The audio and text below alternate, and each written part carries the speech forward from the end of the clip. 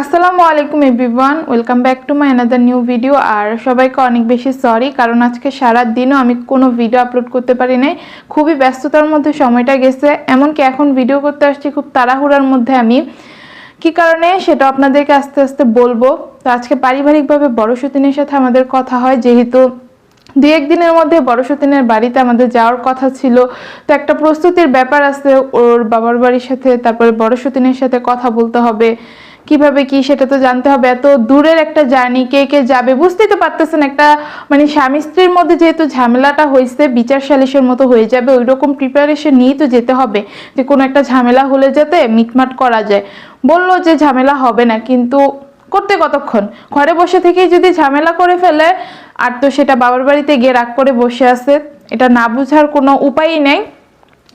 তো যেটা কথা, বড় সতীনের সাথে কথা হয়েছিল, এখনো ডিভোর্সের সিদ্ধান্তে একদম চূড়ান্ত পর্যায়ে আছে, সেটা আমি আপনাদেরকে আস্তে ধীরে বলবো। আর আরেকটা কথা বলছে যে সব দায়ভার নাকি আমার। তো আমার কি দায়ভার, আমার কি দোষ, সেই সব কিছু আজকে আপনাদেরকে সাথে নিয়ে আমি বের করব, সব কিছু আপনাদেরকে ডিটেলস বলবো। আর সারাদিন কেন ভিডিও দিতে পারি নাই, কেন ব্যস্ত ছিলাম সেটাও বলি। এক তো বড় সতীনের এই বিষয়টা নিয়ে অনেক মানে ব্যস্ততার মধ্যে ছিলাম, তারপরে আজকে আবার আমার হাজবেন্ডের নানা নানুর হচ্ছে মৃত্যুবার্ষিকী ছিল, মানে দুইজনের না, নানুর মৃত্যুবার্ষিকী ছিল। তো ওনাদের হচ্ছে কি মৃত্যুবার্ষিকী কয়েকদিনের ডিফারেন্সে আর কি, মনে করেন যে এক সপ্তাহ বা দেড় সপ্তাহ এরকম ডিফারেন্সে, যার কারণে একসাথে দুইটা করে ফেলছে। তো সেখানে কিছু বাচ্চাদেরকে, এতিম বাচ্চাদেরকে খাওয়ানো হয়েছে, হুজুর মাদ্রাসার হুজুর আছে ওনাদেরকে খাওয়ানো হয়েছে। তো সবকিছু মিলে খুবই ব্যস্ততার মধ্যে গেছে, আর আমি প্রচন্ড প্রেশারের মধ্যে আছি, আপনারা হয়তো আমার কথা শুনে বুঝতে পারতেছেন। তো এখন শুরু থেকে আমি আপনাদেরকে বলি যে বড় সতীনের সাথে যে কথা হয়েছিল সেটা নিয়ে। আমি ফার্স্টে বললাম যেহেতু এত দূরে একটা যাবে, অবশ্যই যোগাযোগ তো করতে হবে। আর বড় সতীনের বাবার বাড়ির একটা জিনিস আমি বুঝলাম না, বড় সতীনেরও কিছু বুঝলাম না, যখন ওদেরকে আমি খোঁচা মেরে খুব মনে করেন যে একটা বাজে কিছু একটা বলে ফেললাম ওদের নামে, যেমন কালো জাদুর কথাটা, এটা একদম গায়ে লাগার মতো একটা বিষয়, গায়ে না লাগিয়ে যাবে কই। তো সেইটা যখন আমি বললাম, ওনাদের গায়ে মনে হয় কি একটা ব্রাস্ট হয়ে গেছে। সাথে সাথে ফোন দিয়ে আমার জামাইয়ের কাছে যা ইচ্ছা বলছে, অভিশাপ দিছে, এটা সেটা, একদম সারা দুনিয়ার যা কথা ছিল তাদের পেটের মধ্যে সব কথা একদম উগলাই দিচ্ছে এভাবে, বুঝছেন।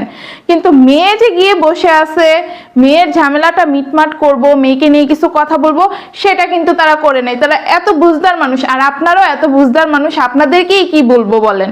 তারা মানে আমাকে, আপনারা কি জানেন, আমাকে যদি সবাই খারাপ বলে না, আমাকে অভিশাপ দেয়, আমাকে মন্দ কথা বলে, বদদুয়া দেয়, সেটা আপনারা অনেক খুশি হন, যেটা সত্যি কথা। আমি আপনাদের এই কয়েকদিনের কমেন্টগুলো দেখে খুব ভালোভাবে বুঝতে পারতেছি, আমাকে যদি কেউ খারাপ কথা বলে, বদদুয়া দেয়, অভিশাপ দেয়, সেটা আপনারা খুব খুশি হন। মানে একটা মেয়ে তার বাচ্চা নিয়ে পড়ে আছে এতটা দিন, এই বিষয়টা নিয়ে কি তাদের কথা বলা খুব বেশি জরুরি ছিল না? আমার বিষয়টা নিয়ে কথা বলা জরুরি ছিল। আমি সতীন, আমি তো অনেক কিছুই বলবো রাগের মাথায় ওর সাথে। ও আমার নামে বলতে পারছে, আমি ওর নামে বলতে কি হয়েছে? ও কেন বলেন, এটা ওর বিষয়।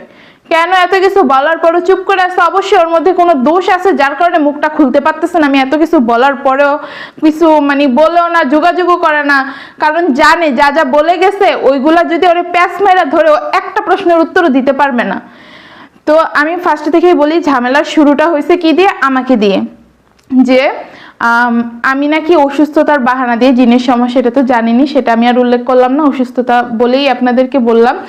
আমি অসুস্থতার বাহানা দিয়ে নাকি, নাটক করে নাকি জামাইকে আমার কাছে রাখতেছি, জামাইকে ওর কাছে যেতেই দেই না। আর জামাইকে আমি এমন ভাবে বশ করছি যে জামাই ওর কাছে আর যেতেই চায় না, এমন একটা অবস্থা, ওর কাছে যেতেই চায় না।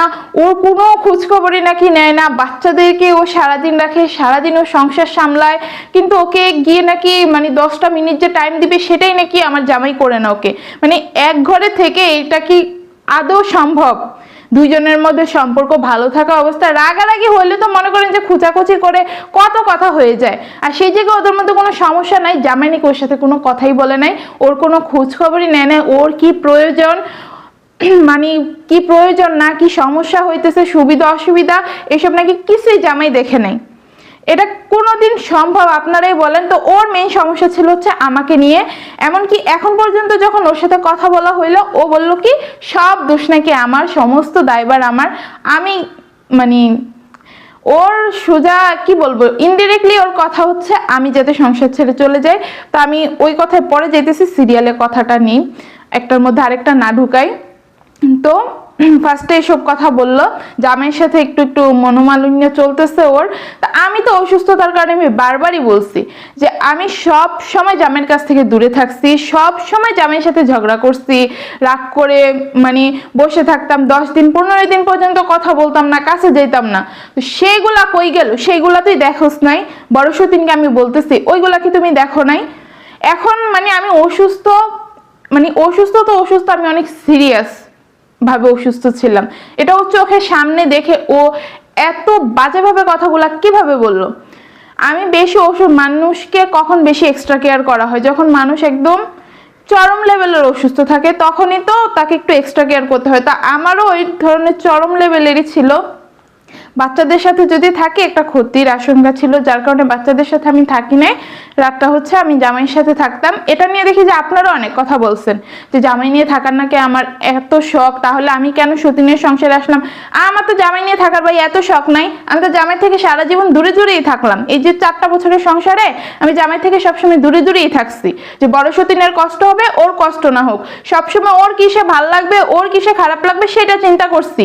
আমার খারাপ লাগুক না আমার ভালো লাগুক সেটা আমি চিন্তা করিনি, আমারটা আমি পরে চিন্তা করছি, আগে ওরটা চিন্তা করে। তো ওইগুলো ওর মনে রাখে নাই, 1 মাস ওর কাছ থেকে একটু দূরে ছিল, আচ্ছা ঠিক আছে এটা নিয়ে ও কষ্ট পাইছে, আপনারা যে বলেন হ্যাঁ ওর কষ্ট পাইছে এই কারণে চলে গেছে, এই কারণে কি বাবার বাড়ি গিয়ে বসে থাকতে হয়? এটা কি পারিবারিক ভাবে মানে ঘরে বসে এটা মিটমাট করা যায় না? আপনারা যে বলেন ভালো করছে চলে গেছে, ও কত সহ্য করবে? 1 মাস অনেক বেশি সহ্য করে ফেলছে, 4টা বছর যে আমি সহ্য করতেছি সেটা কম? তো যাই হোক, এখন কথা হচ্ছে পরে কি বললো যে জামাইয়ের সাথে তো বললাম টুকটাক একটু মনোমালিন্য চলতেছিল, তারপরে ও কথা তুললো কি ফার্নিচার নিয়ে।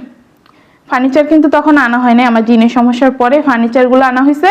পরে বললো কি আমি নাকি জামাইকে বশ করে ফেলছি, আমি জামাইকে কি বুড়ুং বারুং বুঝাইছি, ওর কাছে যায় না, এখন ফার্নিচারগুলো সব আমাকে এনে দিছে। অথচ এই ফার্নিচারগুলো আমার প্রয়োজন ছিল, আমার খাটটা ভাঙা ছিল, এটা ও নিজের চোখে দেখছে। আমি বাচ্চা মেয়েটাকে নিয়ে থাকতাম, হুট করে রাতের বেলা অনেক জোরে শব্দ হয়ে মনে করেন যে খাট ইয়াগুলা ছানিগুলা পড়ে গেছে, ও আওয়াজ পেয়ে অন্য রুম থেকে চলে আসতো, এত বাজেভাবে আওয়াজ হইতো। তো আমার বাচ্চা মেয়েটা কি পরিমাণ ভয় পাই তো আপনারা একবার চিন্তা করেন তো, রাতের বেলা যখন খাটটা ভাবে পড়ে যেত। বুঝছিলাম ফার্নিচার গুলো কিন্তু আমার প্রয়োজন ছিল, আর একটা ঘরে সবার ঘরেই একটা ড্রেসিং টেবিল থাকে। কোন ঘরে গিয়ে আপনি ড্রেসিং টেবিল দেখেন না আমাকে একটু বলেন তো? তো ড্রেসিং টেবিল, আমরা ঘরে 2টা বউ আছি, আমাদের ঘরে তো দিন ড্রেসিং টেবিল ছিল না, এটা তো লজ্জার বিষয় যে আমরা 2টা মেয়ে মানুষ থাকা সত্ত্বেও আমাদের ঘরে কোনো ড্রেসিং টেবিল নেই। তো সেই হিসাব করে ড্রেসিং টেবিল আনা হয়। খাটটা আমার প্রয়োজন ছিল, ওয়ার্ড্রপটা আমার প্রয়োজন ছিল, কারণ আমার ওয়ার্ড্রপটা খুবই ছোট ছিল। তো যার কারণে হচ্ছে আমার ওয়ার্ড্রপটা চেঞ্জ করে আনতে হয়। আমার শাশুড়ি মায়ের রুমের যে ওয়ার্ড্রপ ছিল সেটা 3 তলাতে ওঠানোর টাইমে একটু নষ্ট হয়ে যায়, তারপরেও কোনো রকমে সে চালাইতেছিল। তো সে বলছে কি আমার যেহেতু একটা ওয়ার্ড্রপ লাগবেই, তো তোমাকে একটা নতুন বড় সড়ো দেখে এনে দেই, আর আমি তোমারটা নিয়ে যাই, আমার ওই ছোটটাতেই চলবে, আমার এত তো জামা কাপড় নাই তোমার মতো। আরেকটা কথা, ও যে এই জিনিসগুলো নিয়ে খোটা দিল, ওর ওয়ার্ড্রপের দাম কিন্তু আমার ওয়ার্ড্রপের দামের চাইতে বেশি। ওর ওয়ার্ড্রপের দাম হচ্ছে 12,000 টাকা, আর আমার এইবারেরটা মনে হয় এনে দিয়েছে 7 না 8,000 টাকা দিয়ে, আগের বারেরটা মনে হয় 4,000 টাকা দাম ছিল। তাহলে ও কিসের সাথে কি মিলে আমাকে বলেন তো? আর আমাকে যেটা এনে দিয়েছে ওটা একটু পানি লাগলে নষ্ট হয়ে যাবে, আর ওরটাকে পানি যদি মানে আপনি একদম মোটরও ছেড়ে রাখেন কোনো সমস্যা নেই, কিচ্ছু হবে না, শুধু আগুন না লাগলেই চলবে। তো সেটাকে ও দেখে নাই। তারপর ড্রেসিং টেবিলটা নিয়ে ওর রুমে রাখা হয়েছে, ও এটা নিয়ে বলছে কি যে কোনো জায়গায় নাকি জায়গা নেই, যার কারণে দয়া মায়া করে ওর রুমে নিয়ে আমরা ড্রেসিং টেবিলটা রাখছি। কেন ভাই, 3 তলা, পুরোটা 3 তলা বিল্ডিং এ একটুখানি জায়গা নেই? তোমার রুমে নিয়ে আমাদের দয়া মায়া করে জিনিসটা রাখতে হবে? এটা তো আরো ভালো, তোমার রুমে রাখছি, তুমি যখন মন চায় তখন আয়নাতে চেহারা দেখতে পারবে। আমাদের মেয়েদের কম বেশি সব মেয়েরাই আয়নায় নিজেদের চেহারা দেখতে, তারপরে নিজেদেরকে সাজাতে অনেক পছন্দ করে।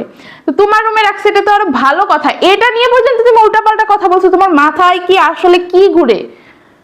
আর ড্রেসিং টেবিলটা তোমার রুমে রাখা হয়েছে, আমি তো অন্য রুমে থাকি, 2 জনের আলাদা আলাদা রুম। তো আমার যখনই প্রয়োজন পড়ে তোমার রুমে যাইতে হইতেছে, আমার রুমে তো জায়গা আছে, আমার রুমে রাখলে তো আমার বারবার তোমার রুমে যেতে হইতো না শুধু শুধু। তারপরে আমার যখন মন চাইবে তখন আমি যেতে পারবো না, কারণ দেখা গেল তুমি কোনো একটা কাজ করতেছো বা ঘুমাই আসছো, ফ্রিল্যান্সিং এর কাজ করতেছো তোমার কম্পিউটারে, তখন তোমার ডিস্টার্ব হলো আমি রুমে যাওয়াতে। তো সেক্ষেত্রে তো আমি যখন তখন চাইলেও তোমার রুমে গিয়ে ড্রেসিং টেবিলে কোনো কাজ করতে পারি না, কিন্তু তুমি তো পারতেছো। তো এটা নিয়ে তুমি কোন হিসাবে এই কথাটা বললা? আর খাটের কথা তো বললাম, এটা আমার প্রয়োজন ছিল। আর আরেকটা ওয়ার্ড্রপ, যেটা হচ্ছে প্লাস্টিকের ছোট দেখে একটা আনছিলাম, ওটা অনেক পছন্দ হয়েছিল। ওইখানে গিয়ে ফার্নিচার যখন কিনছে, তো আগে থেকেই দেখাচ্ছিল, তো বলছিল যে যদি কখনো পাই তাহলে নিয়ে আসবো। তো পছন্দ হওয়ার কারণে, আর ওই সেটটা তো একদম খালি খালি হয়ে গেছে, যেহেতু ড্রেসিং টেবিলটা বড় সতীনের রুমে আমি দিয়ে দিছি, যার কারণে চিন্তা ভাবনা করে ওই ওয়ার্ড্রপটা আনা হয়, মানে আলমারি সিস্টেম যে ওয়ার্ড্রপটা। তো সেখানে বলা হয়েছে কি যে আমি অর্ধেকটা মানে ব্যবহার করবো, আর তুমি অর্ধেক, মানে ওয়ার্ড্রোবের ড্রয়ারগুলো 4টা আছে, 2টা আমি নিবা আর 2টা তুমি নিবা। আর উপরেরটার মধ্যে মনে করো যে শাড়ি বা বাচ্চাদের কোনো ড্রেস, ভালো যেই ড্রেসগুলো আছে ওইগুলো ঝুলিয়ে রাখবো।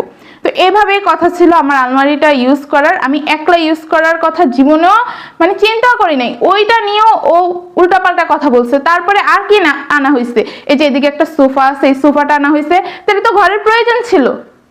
তারপরে একটা মানে ওয়াল শোকেস আনা হয়েছে, ওই শোকেসটাও তো প্রয়োজন ছিল। এই যে আমরা 3তলাতে উঠছি, আমাদের নিচতলা যে শোকেসটা ছিল সেটা কিন্তু মানে নষ্ট হয়ে গেছে, 3তলায় আনতে পারি নাই। তারপরে আমাদের মনে করেন যে বড় বড় পাতিলের মধ্যে প্লেট, তারপরে থালা বাসন গ্লাস যা আছে কাচের জিনিসপত্র সবকিছু আমাদের বড় বড় পাতিলে নিয়ে রাখতে হয়েছে। তো একটা মানে শোকেস তো ইমার্জেন্সি ছিল, আমাদের প্রয়োজন। তো এগুলো আমার কিসের প্রয়োজন লাগলো আপনারা বলেন তো? সোফাইকে আমি একলা বসবো, ও বসবে না? ও বসে নাই সোফায়, নাকি ও যখন সোফায় বসতে গেছে আমি তখন ওরে বলছি যে তুমি সোফায় বসতে পারবা না, তুমি আমার খাটে শুইতে পারবা না, আমার খাটে এসে মানে বসতে পারবা না, তারপরে আমার মানে ওয়ার্ড্রপ ধরতে পারবা না? মানে আমি ওর ওয়ার্ড্রপ যখন ধরতে যাবো আমি ওকে জিজ্ঞেস করে ধরতাম যে আমার এই জিনিসটা প্রয়োজন, আমি কি যাবো নাকি তুমি আমাকে বের করে দেবা? কিন্তু ওর যখন মন চাইতো ও তখন এসে আমার ওয়ার্ড্রপ মনে করেন যে যদি পুরো এলোমেলো করে দিত আমার মানে খারাপও লাগতো না, এটা নিয়ে কিছুই লাগতো না। ওর প্রয়োজন হয়েছে ও নিয়ে যাবে, বলার কি প্রয়োজন আছে? কিন্তু আমি সবসময় ওর থেকে বলে নিতাম, যেহেতু আমার কাছে মনে হইতো যে ওই জিনিসগুলো পছন্দ করে না। আবার সবসময় আমাকে ধরতেও দিত না। মনে করেন যে আমি ধরতে যাচ্ছি তখন ও দৌড়ে কোনো একটা কাজের মধ্যে থাকলো দৌড়ে আসতো যে আমি দিতেছি তুমি সরে যাও, যার কারণে আমি ওকে সবসময় জিজ্ঞেস করে ধরতাম। যদি ও বলতো তাহলে যাইতাম, আর না হলে তো ওটা ওই করে দিত। তো যদি কিছু বলার হয় আমি বলতে পারি, ও যা যা করে গেছে এতদিন সংসারে, আমার দোষটা আপনারা কোত্থেকে পান? আপনারা একটু বলেন তো, বিবেকটা খাটাই বলেন। এই পর্যন্ত যা বললাম আমার কোন দোষটা আপনারা খুঁজে পাইছেন? আমি কিভাবে ওকে জামাইয়ের কাছ থেকে দূরে রাখলাম? আমি তো অসুস্থ ছিলাম, বারবারই বলছি, শুধুমাত্র রাতের মানে ঘুমানোর যতটুকু টাইম ওই টাইমটুকুই আমি থাকতাম, এর বেশি না। যেহেতু আমার সমস্যা হইতো, বাচ্চারা দেখলে মনে করেন যে বাচ্চাদের হুট করে ঘুম ভেঙে গেল, আমার এরকম অবস্থা দেখে বাচ্চারা ভয় পেয়ে গেল, বা বাচ্চাদেরকে কিছু একটা করে ফেললাম ঘুমের মধ্যে, যেহেতু আমি একদম কি বলবো নিজের কন্ট্রোলের বাইরে চলে যাই, তো সেক্ষেত্রে কিছু একটা করে ফেললাম। তো এই রিস্ক থেকে বাঁচার জন্য আমি জামাইয়ের কাছে থাকি, মানে মানে থাকছিলাম আর কি। এটাই হচ্ছে আমার সবচেয়ে বড় দোষ। আসলে ফার্নিচারও দোষ না, কোনো কিছুই কোনো দোষ না, দোষ হচ্ছে এটাই যে আমি জামাইয়ের সাথে 1 মাস শুধু রাতের ঘুমের টাইমটুকু ছিলাম। আর ও যে 4 বছর টানা মানে কি বলবো আমার জামাই তো আলাদা আলাদা করে দেয়, তারপরেও কি রাগারাগির টাইমে তো বুঝেনি জিনিসটা কেমন হইতো। সেগুলো আমি আর না বললাম, এগুলো লজ্জার বিষয়। কিন্তু বড় সদিনের এইসব বিষয় আসলে সামনে আনতে লজ্জা লাগে নাই, যার কারণে আমারও লজ্জা লাগতেছে না, আমি বারবারই বলতেছি। ও যেহেতু বড় মানুষ হয়ে ওর সেন্সে এই জিনিসটা আসে নাই যে আসলে এই জিনিসগুলো মানুষের কাছে বলা ঠিক না, নিজেরা পারিবারিকভাবে ঠিক করা উচিত। ভালো কথা ভিডিওতে বলছে, বলে আবার রাগ দেখে বাবার বাড়িতে চলে যাওয়ার মানে কি? হ্যাঁ, মানে বলছো ঠিক আছে যে আমি ভিডিওতে বলছি, এখন আমাকে কিভাবে করবেন সবকিছু ঠিক করে দেন, সেটা করে নাই। আবার যখন ওরে ফোন দেওয়া হইলো এই যে আজকে, তখন বলে যে না আমি ডিভোর্স দিয়ে দিব, আমার মানে তোমার ছোট বউর কারণেই নাকি সমস্যা হয়েছে, আমি যতটুকু শুনছি আর কি, তোমার ছোট বউ এটা করছে সেটা করছে, কি কি বলছে জামাই আমাকে আসলে ভেঙে চুরে বলে নাই। সেও কি বলবো নিম নিম একটা কথা আছে না, ওইরকম আর কি বলে না, হালকা পাতলা বলে মনে করেন যে একটা কি বলবো নেতিবাচক একটা প্রভাব ফেলতে চায় আর কি। তো আমি যতটুকু শুনছি এটাই বলতেছিল যে আমার কারণে নাকি সমস্যা হইতেছে, তারপরে আমি নাকি কি কি করছি ওকে, এই কারণে ও নাকি জামাইকে ডিভোর্স দিয়ে দিবে, এখন এটাই ওর চূড়ান্ত একদম সিদ্ধান্ত হয়ে গেছে। আমার সাথে ওর কোনোভাবে একসাথে মিলেমিশে সংসার করা সম্ভব না, যদি মানে আসে তাহলে ও মানে আমার মুখোমুখিই নাকি হবে না, আমার মুখোমুখি হবে না, ও ওর মতো আলাদাভাবে আলাদা বাসা নিয়ে ফ্ল্যাট নিয়ে নাকি থাকবে, এসব কথা বলছে। তো এই ক্ষেত্রে আমি আর কি বলতে পারি? আমি লাস্ট ভিডিওতে কত সুন্দর করে সবকিছু বলছি, মেয়ের মানে আমার ওর প্রতি কি পরিমাণ ভালোবাসা থাকলে আমি ওর মানে দেওয়া গিফট করা জামাটাই মেয়ের জন্মদিনে পরাইছি, এক্সট্রা মানে আরো তো জামা আছে, ওই জামাগুলো না পরায় তারপরে একটা জন্মদিনের কোনো আয়োজনই করিনি আমি। আমার মেয়েটা ছোট মানুষ, আমার কি মন চায় নাই যে ওর জন্মদিন একটু ভালোভাবে আয়োজন করি, কিন্তু কিভাবে করব, ও নাই, তারপরে আমার ছেলে নাই, এই অবস্থায় কি কোনো আয়োজন করা যায়? তো এগুলা কিছুই ও দেখে নাই। ও ওই যে 1 মাসের বেশি সময় হয়ে গেছে, 1 মাস আগে ওর মাথার মধ্যে যা ঢুকছে ও তাই চিন্তা ভাবনা করতেছে। তো যাই হোক, ও যদি ডিভোর্স দিয়ে দেয়, ও যদি সংসারে আসতে না চায়, এটা সম্পূর্ণ ওর ব্যক্তিগত বিষয়। এটা নিয়ে আসলে আমার কিছুই বলার নেই। আমি যা বুঝানোর বুঝাইছি। রাগের টাইমে মানুষ অনেক কিছু মানে বলে, তারপরে যখন রাগ কমে যায় তারপরে আবার ঠিকভাবে সবকিছু বোঝায়। আমি ঠিক সেটাই করছি, রাগের সময় যা বলার বলছি, পরবর্তীতে আবার সেটা নিয়ে ক্ষমাও চাইছি। যেহেতু ওর কোনো কিছুতেই মন গলে নাই, তাহলে আমি আর ওর কোনোভাবেই মন গলাতে পারবো না। ওর মন চাইছে ডিভোর্স দিয়ে দিব, ডিভোর্স দিয়ে দিবে। আমি জানি না 2-1 দিনের মধ্যে গিয়ে জামাই শ্বশুর শাশুড়ি কি করবে, তারা যা করার করবে। আমি এসবের মধ্যে নাই। আমি আমার মেয়েকে নিয়ে ভাই ভালো থাকতে চাই, আমাকে একটু ভালো থাকতে দেন। আর আবারও বলবো, যারা ভালোবাসেন তারা একটু দোয়া করবেন। তো ব্লগটা এখানেই শেষ করতেছি। আল্লাহ হাফেজ।